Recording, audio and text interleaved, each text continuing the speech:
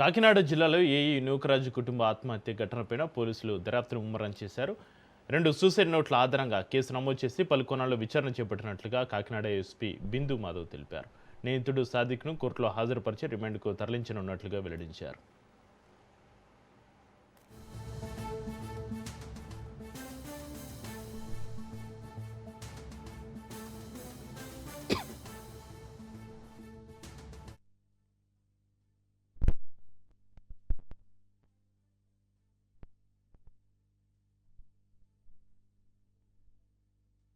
నూకరాజు గారి suicide note ఒకటి దొరకడం జరిగింది.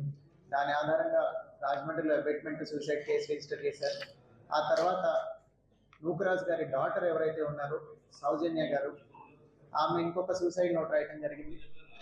ఆ సూసైడ్ నోట్ ఒక స్కూటీలో దొరికితే దాని ఆధారంగా భాస్కర్ రెడ్డి గారి దగ్గర కంప్లైంట్ తీసుకొని, భాస్కర్ రెడ్డి గారు అంటే సౌజన్య గారి హస్బెండ్ జగదీష్ రెడ్డి గారు ఎవరైతే ఉన్నారో ఆయన తండ్రి గారు భాస్కర్ రెడ్డి గారి దగ్గర కంప్లైంట్ తీసుకొని సర్పవరం పోలీస్ స్టేషన్లో సూసైడ్ నోట్లో ఉన్న కంటెంట్స్ ఏమైతే ఉన్నాయో వాటిని బేస్ చేసుకొని ఒక మర్డర్, ఎక్స్టార్షన్, ఫోర్స్ఫుల్ కన్వర్షన్ ఇవన్నీ ఇంక్లూడ్ చేసి ఒక ఎఫ్ఐఆర్ రిజిస్టర్ చేయడం జరిగింది.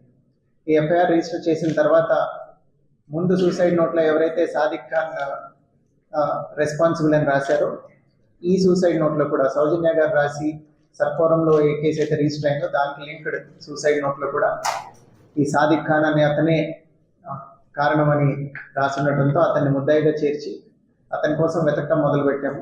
నూకరాజు గారి